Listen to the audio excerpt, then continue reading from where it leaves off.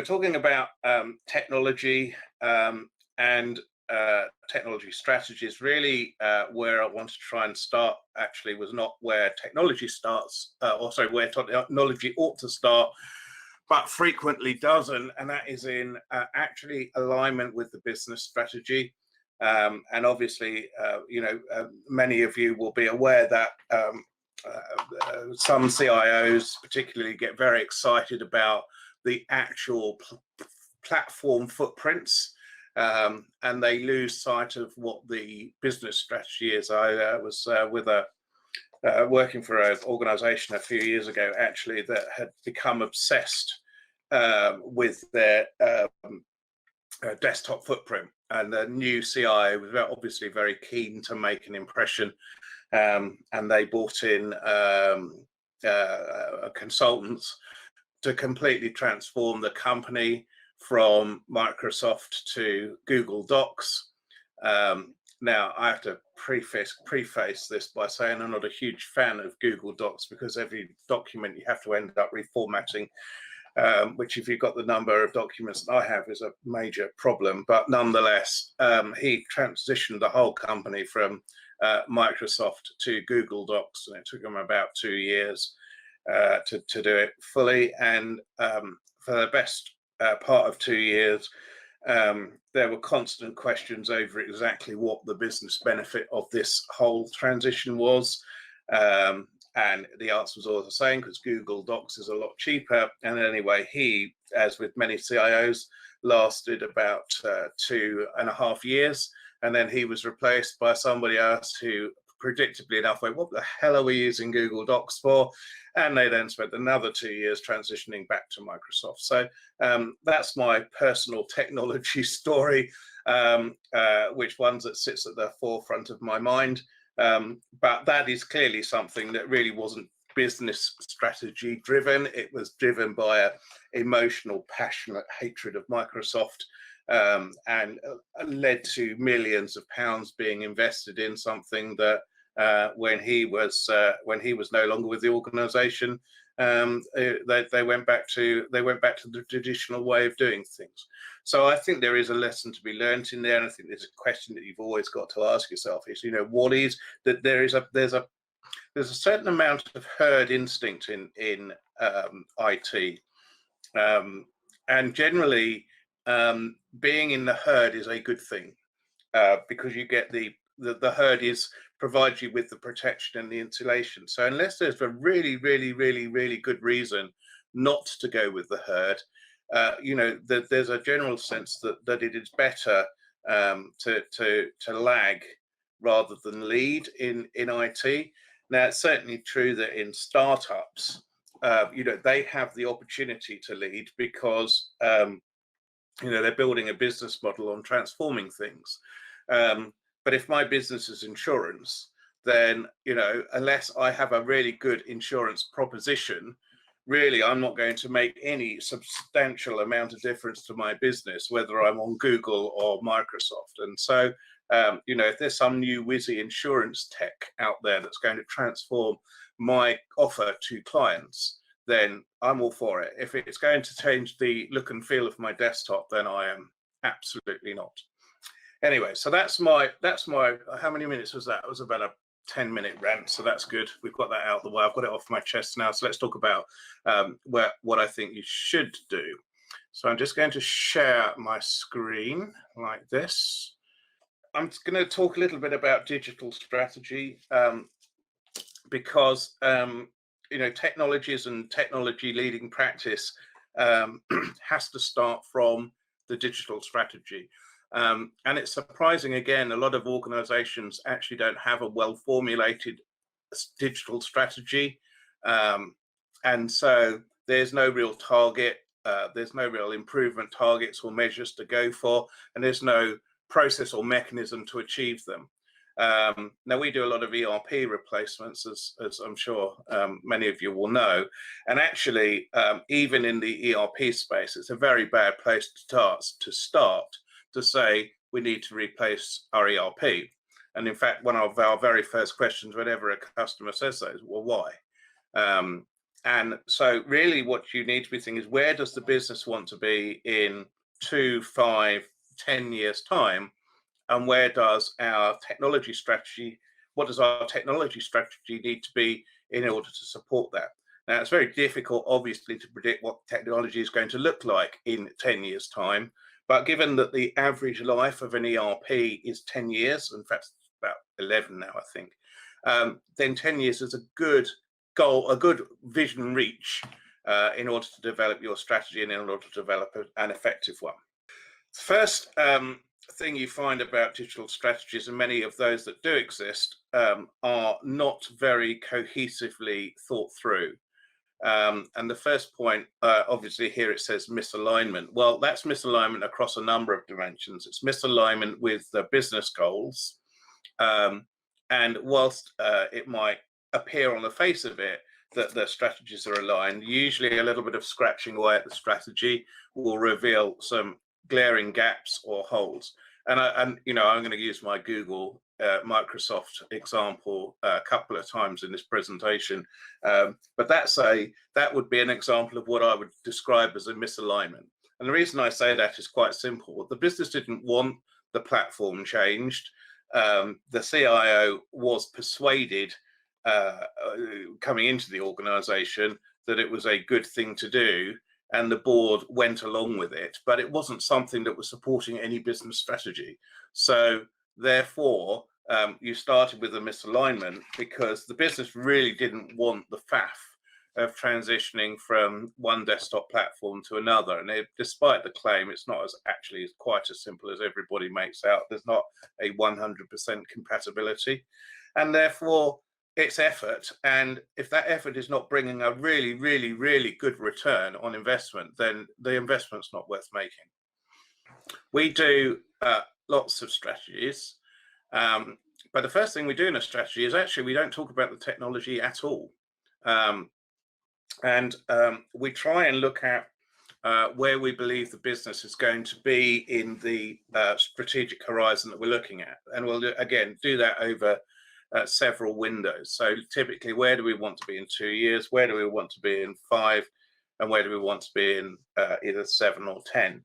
And all of that will be a bit about what your business growth is, any increases in business complexity, whether you're on an acquisition strategy, whether you're on a divestment strategy, whether you want better cost optimization in the business.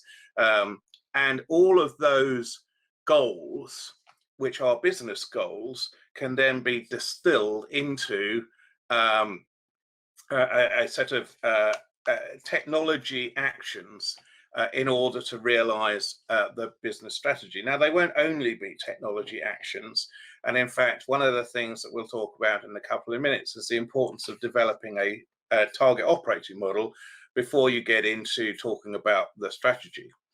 So another client that we're currently involved in has end-of-life ERP, financials, and HCM system.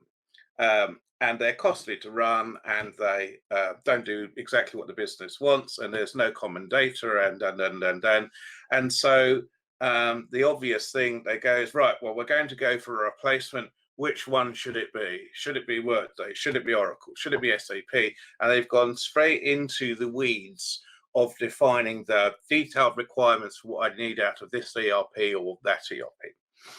Now, is that the place that most businesses start? Yes, it absolutely is. And it's almost always a mistake to start there, because unless you know what you want the business to become, what your organizational goals are, then all you're going to do is replace one piece of obsolete technology with a piece of shiny technology that's going to do the same job.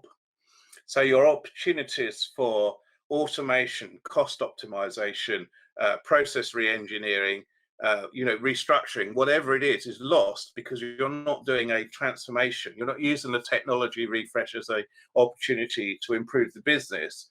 You're using a transformation as an opportunity to replace obsolescent technology, which is still going to cost you $100 million, but your benefit out of that is going to be very, very small compared to what you could do if you've thought holistically about what you want to change.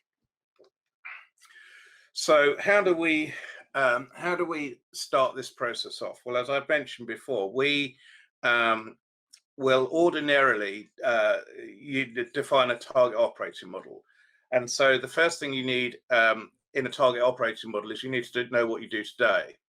So typically a starting point would be we would do a process analysis, which is fairly high level. After we've done the business goals, which we talked about a little bit earlier, we'd identify, we typically do a process analysis. So we would just find out what all of your level 1 and your level 2 processes are. And then we would use a taxonomy for a whole variety of tasks. It's such a useful tool, but the taxonomy is basically there as the anchor of the scope of what you're trying to transform. And as it says there, you can use the taxonomy to identify pain points. You can use the taxonomy to identify areas of a high cost. You can use it to look at identify processes that have high customer or high colleague value. So it's got a variety of uses. And what we do is we rag the taxonomy red, amber, green. So that gives us areas of focus. So having gone through that process of defining the goals of the business, defining the process taxonomy, we then look at the alignment with the business goals by process. And we say, does it align or not? Yes, no. And then we do a technology assessment, say, well, what technology is supporting those processes? And then we will iterate around that until we start to coalesce on a course of action. And the course of action can be different for every client. So, for example, one of our clients has a very old ERP, but it works perfectly well. And it's old and it's technologically obsolescent, and the support is getting a bit worse for it. But they brought us in to do an ERP replacement. Now, 3 years on, we still haven't done the ERP replacement, but we have done a significant business transformation. And that's because in a lot of cases, nearly all of the pain in the business was all about how the business worked, not about the technology underpinning it. So it's around what we call dead fish. So someone upstream is polluting the data in a process. And as that process moves downstream, we are standing on the bank fishing, and we're finding that we're not getting many catches because most of the fish that are coming past us are dead. So, there's a clear call to action there to go and look at the upstream processes and the departments that are using those processes and find out why they are killing fish and why they are producing duff data. And that's not a problem that any new ERP solution is likely to resolve. If they were producing rubbish data before in the old ERP, there's an equal chance that they might continue to produce duff data in a new ERP. It'll just have prettier screens. So you can do an awful lot. And actually, in a lot of cases, you can do an awful lot more by changing the operations of a business, changing the processes, improving the process metrics, increasing the learning, reducing the cost by moving offshore some functions. There are 100 ways that you can improve a particular function in a business without touching the technology. So we, oddly enough, for an ERP consulting firm, actually, we advocate thinking about the technology almost last. That is the least important thing that you will worry about. And then when you do come to think about the technology, again, you're going to have a myriad of options. And in this particular client, we looked at each major capability that the business did. And we looked at that capability through the lens of what is the minimum footprint of change that we can do to that particular part of the business that will improve that business without creating a lot of disruption for the rest of the business. And so I can give you a couple of illustrative examples of that. The first is that we looked at accounts payable, and the accounts payable function in the ERP that was supporting the business is basically completely broken.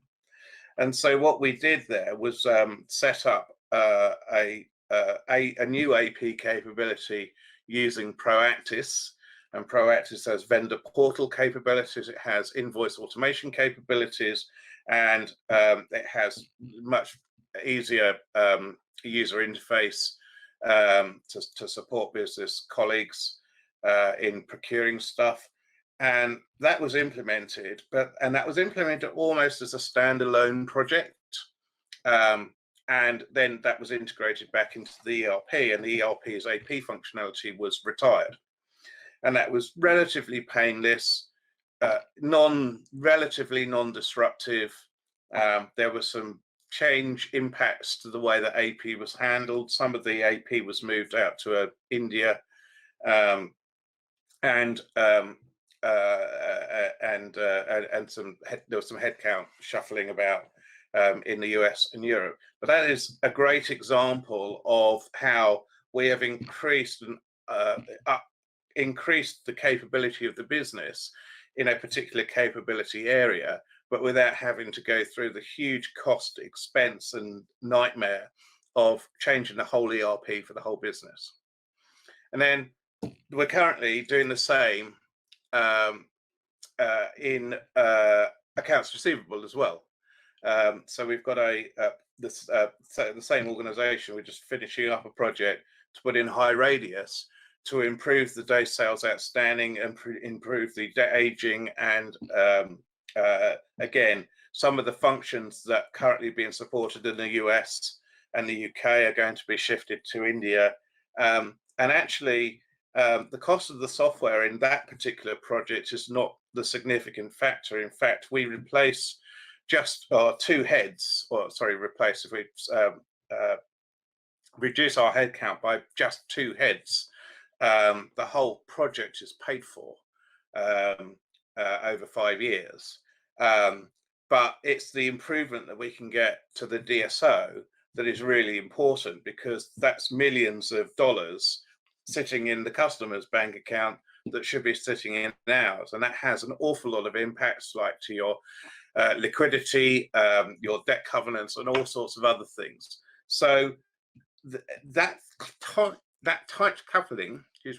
coupling between the business goal, which is let's improve our DSO, let's manage our debt, do our liquidity management better, and the technology goal, which is to do things more efficiently, are absolutely aligned. And there's a clear linkage between the two, and the business case is really, really clear. Now, do you have to spend a long time on this process? No. And in fact, how we went about this was we did a number of workshops, and we got basically all the ideas for the future state. We looked at all the pain points. We got all the ideas for the future state down onto what I call initiative postcards. And these are basically hypotheses around what the future could look like. And what we do is we make the business people consultants for a day, and we give them the task of going and asking them to find out from Google and white papers and anywhere else they can, what leading practices in their particular area. And this is what we did for AR and AP. And we then ask those business colleagues to present to us as a project team as if they were the consultants and we were the customer.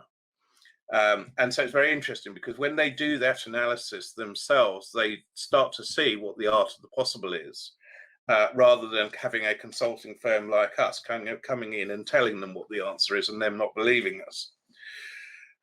So having got our initiative postcards, we can then prioritize them by complexity and by business value. And from that, we come up with a roadmap. And from the roadmap, we come up with a set of costs and a rollout,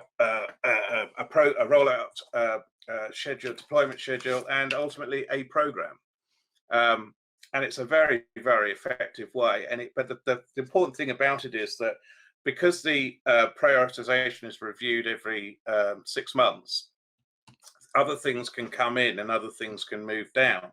So it's a very dynamic process, but it's always aligning itself directly with the business strategy and the business goals. So I've talked a lot about that, but I can't emphasize how important it is, because it's so different to how many organizations view their digital strategy.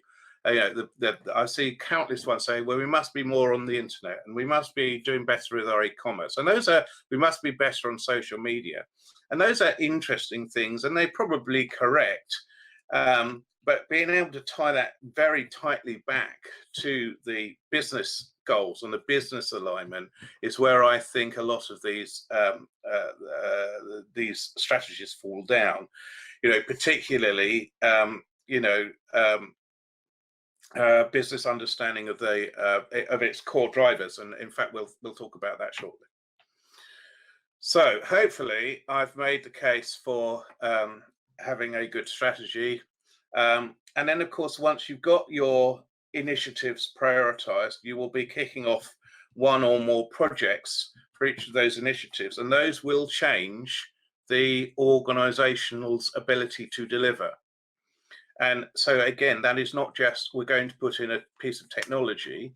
If you're doing this right, you will change the organization, the skills, you'll change people, you'll change processes, you'll change the systems, the tech, you'll change the data, potentially you'll change the reporting and the drivers and KPIs and metrics, again, if you're doing it properly. And you'll be looking at risks and controls and governance. I got it in the wrong order. Governance, risks and controls, apologies, GRC, and the wider kind of security framework into which the project will fall. And so you'll see that that there's a couple of other things in this definition of an op model, like centers of excellence and customer experience and voice of the customer. And again, those are equally valid. There is no real formal definition of what an operating model is, and I define it as anything that is required for an organization to deliver on its customer promise effectively. So if it's a compliance framework, that could equally be in a operating model as a business process or a piece of software. So does that mean that we can forget all about all the tin that's sitting in our data center? Well, the answer is no. And again, there is absolutely always value in looking at your current portfolio of applications and your physical infrastructure and your skills and again, in this context, again, I mean, we the client that we're working with at the moment, we looked at the applications portfolio, and we found that there were 200 applications that will be impacted by the replacement of the ERP and the HR system. And all of that was very interesting. And actually, through the analysis, we actually found that about 14 of them we were still paying for, and they were completely unused. In fact, that people had stopped using them a number of years ago and nobody had realized. And so, it is important to make sure that your current portfolio of applications is absolutely clearly aligned to a business capability, and that it's still valid and in use. Because if you have an application that is in your data center, it is using up your electricity and it's depreciating off your books. It's got physical infrastructure, and if you've gone to the nth degree extreme, then you might even be replacing infrastructure for an application that you're not using. So having that close eye on what your part of the jigsaw is really important. Now, again, in physical infrastructure, in many organizations now, unless you're very, very, very large, most organizations now have gone away from physical infrastructure. Certainly over here, it's now becoming relatively uncommon to find a company having its own data center. Usually it will have been outsourced to a managed service provider.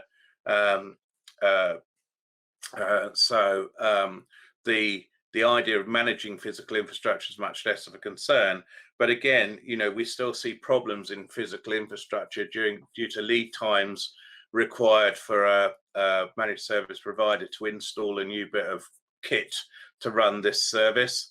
And I think that's partly why cloud is becoming so increasingly popular from the adoption, because firstly, you don't have this huge lag in getting that infrastructure in place. Secondly, it's much less costly to get cloud infrastructure added to an application as a platform as a service or software as a service than it is to effectively increase your own hosting footprint.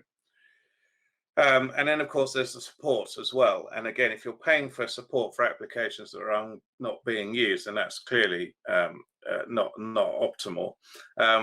But overall, your physical infrastructure will be larger if your current portfolio of applications is not being used 100%. So there's clearly some some investigation, ongoing investigation needed to make sure that your portfolio of infrastructure and your portfolio of applications is all relevant. Now, in terms of current business and IT skills of current business and IT employees, it's important to know that. It's certainly important to know it from a cost perspective. Truthfully, if you are actually going to do a transformational strategy around IT, there will be a number of skill sets that will fall by the wayside.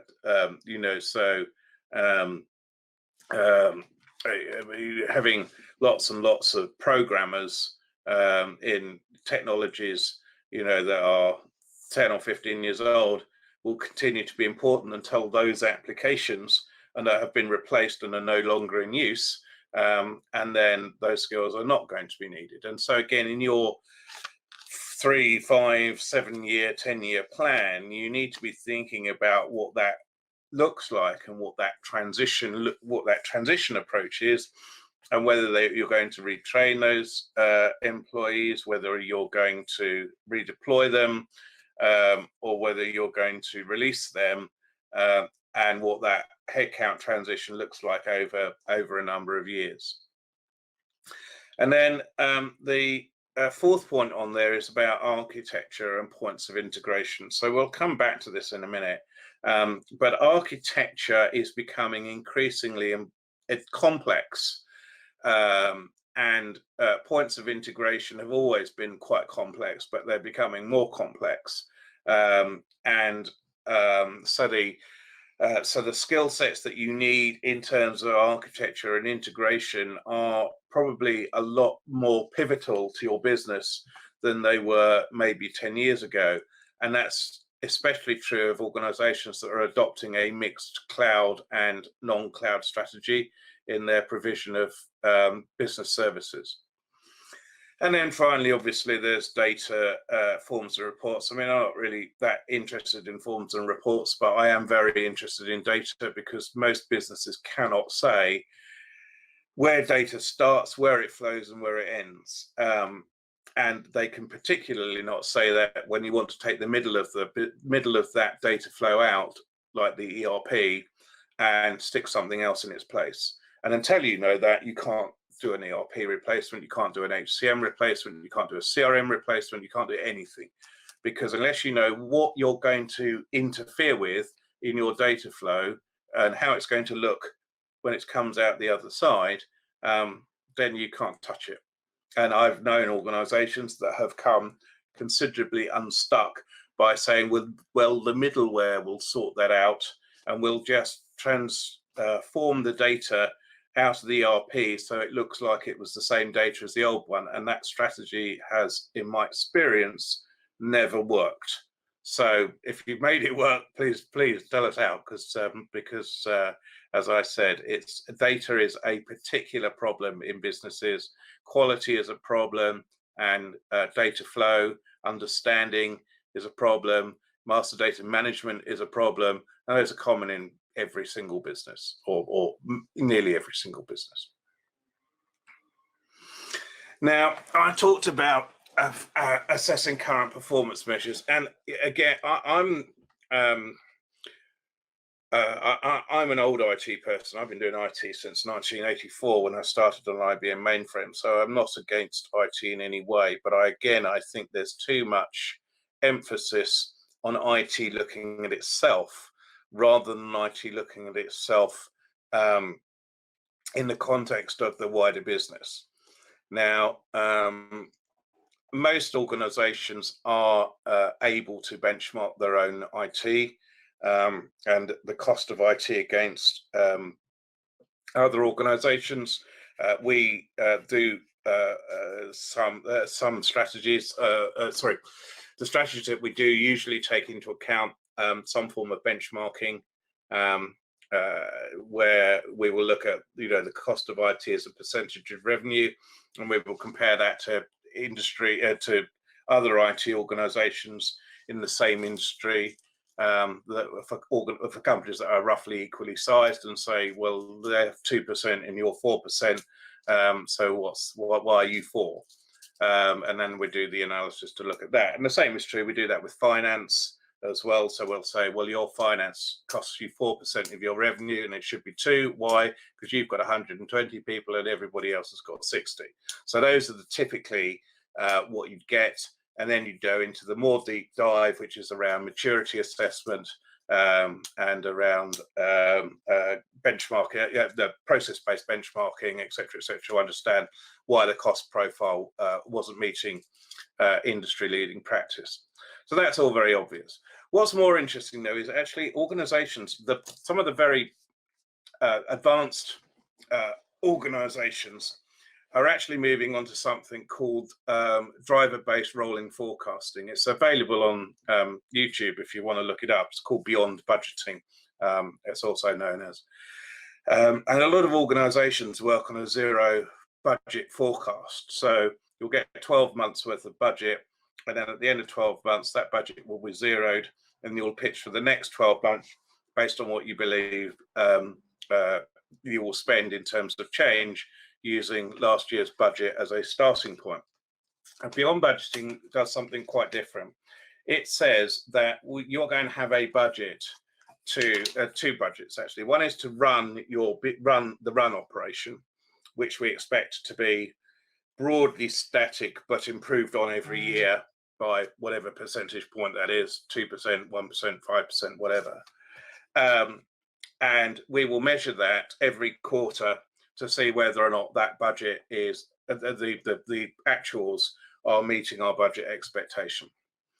And then for the business transformation change budget, again, there won't be a budget set at the beginning of the year. You will get a cash allocation out of a capital pool to do whatever projects are approved, and then those again will be assessed each quarter based on their outturn, their cost value, etc., and the budget will be varied according to the performance. Now, where this is, so in IT, this isn't terribly interesting because most IT organizations already do some part of that. But it's much more interesting in operational parts of the business, because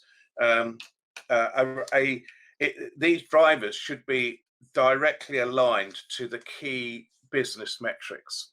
So, for example, an organization like EasyJet, which is an airline, if you didn't know, will have 7 key drivers of the business. It will have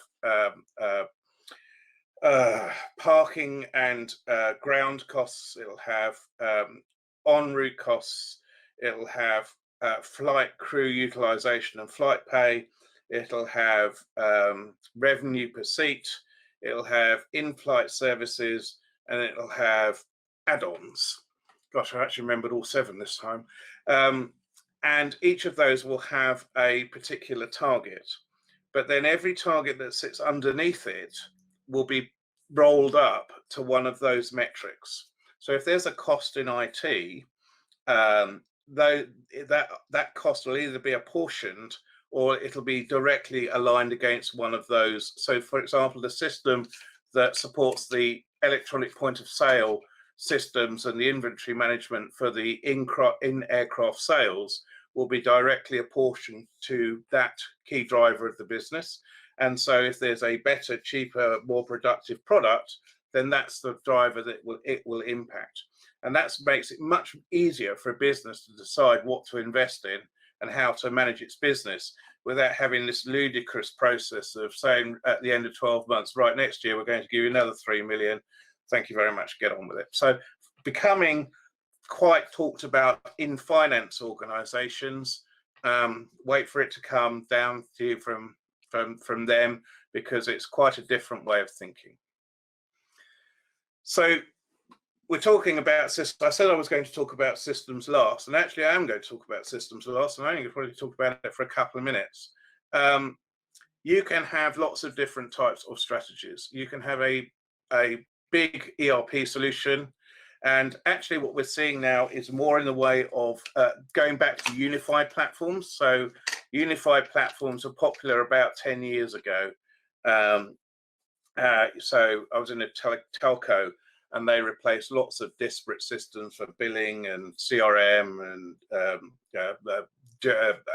ERP, sorry, general ledger, and they migrated all onto Oracle. And then it became popular to not have everything on all in one system and to have a best of breed approach, which was similar to what I'd been describing with our client earlier, where they had AP best of breed, and then they had AR best of breed. And now we're seeing the swing back again. And the reason that we see this swing is because joining platforms together with service-orientated architecture solutions or middleware like MuleSoft or Dell Boomi or WSO2 is very complex. And even though the salesman will tell you how easy it is never as easy as they say it's going to be. And we've seen a number of organizations get into quite a lot of trouble, both trying to write the integration architecture and do the transformations, and then with the cost. So, for example, my experience, WSO2 is by far and away the most complex and difficult to write integrations for, by several orders of magnitude. Yes, it's open source, and yes, that's fun and exciting, but in terms of how complex and easy it is for me to implement, I don't want exciting, I want easy. And then MuleSoft, which many of you will know has been bought by Salesforce, is actually a very, very good, great piece of software, but they charge by the transaction, and the bills that come in every month or every quarter can make your eyes drop out, especially if you didn't know that's how much you were using it before you started and didn't negotiate a good contract. And my personal favorite, I think I would call it the least ugly sister if I was to characterize all of these, is Dell Boomi. Again, I've had success with Dell Boomi, but it's still a long way from being as easy to anywhere is easy to implement as the salesman used to maintain. So with the adoption of cloud and with mixed architectures, cloud and on-prem, then this middleware is essential to any business to be able to make this all hang together. I think, as I mentioned earlier, my sense is that we're going to see a drift back to unified platforms, but in this case, they'll all be cloud-based unified platforms. And I think the idea of having a huge data center full of legacy systems will fall to a few, specific organizations like banks and telcos. And I think the general organizational population will move increasingly to cloud. So look, there we go. That was 42 minutes of my thoughts on where technology strategies should be and how you develop one. Happy for any questions, or thank you very much.